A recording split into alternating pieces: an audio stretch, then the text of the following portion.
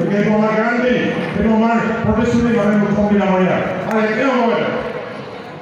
একে সময়তে চাবুৱা লাংগুৱা বুলিয়ে নহয়, সমগ্ৰ অসমৰ লক্ষ লক্ষ মহিলা সবলীকৰণ আঁচনিৰ জৰিয়তে বাইদেউসকলক লাভপতি কৰিবৰ কাৰণে আত্মসহায়ক গোটৰ প্ৰতিগৰাকী সদস্যাক 10,000 টকাকৈ অনুদান আগবঢ়াব পাৰে চৰকাৰে সিদ্ধান্ত গ্ৰহণ কৰিছে।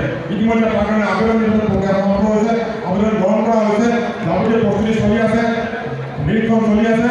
আৰু অহা জুন, জুলাই, আগষ্ট মাহৰ ভিতৰত সেইসকল মহিলাই তেওঁলোকৰ একাউণ্টত 10,000 টকাকৈ নিশ্চিতভাৱে লাভ কৰাৰ সেইটো আমি গেৰাণ্টি দিছোঁ চৰকাৰৰ জৰিয়তে।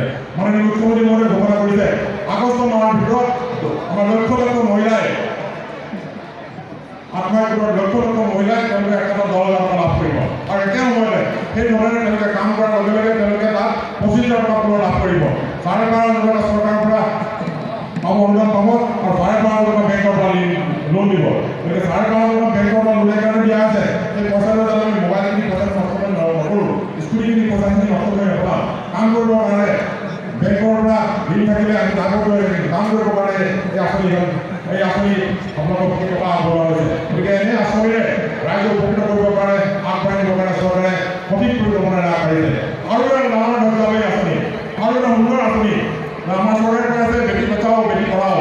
গতিকে বেটি পঢ়াবৰ কাৰণে আমাৰ কন্যা সন্তানক পঢ়াবৰ কাৰণে যোৱা বাজেটত আছে সেইসকলে নিযুক্তি পাইছে, যোগ্যতা সকলে নিযুক্তি পাইছে, দুৰ্নীতিমুক্তভাৱে নিযুক্তি পাইছে।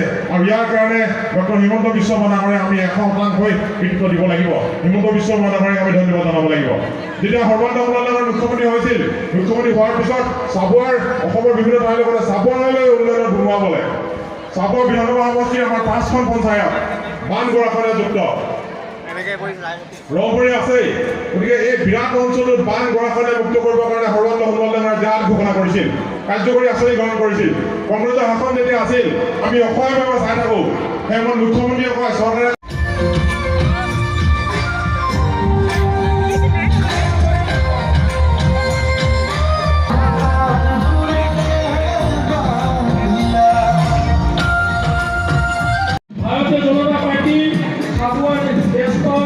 বিজেপি কৰ্মী ৰজেন গগৈ ডাঙৰীয়া আমি তেওঁলোকক মঞ্চত আসন গ্ৰহণ কৰিবৰ কাৰণে বিনম্ৰতাৰে আহ্বান জনালোঁ।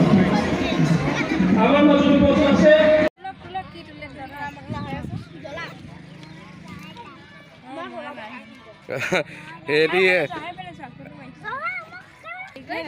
অটো হেৰি নেপাইছিলোঁ যে সেইটোকে অলপ ৰহণ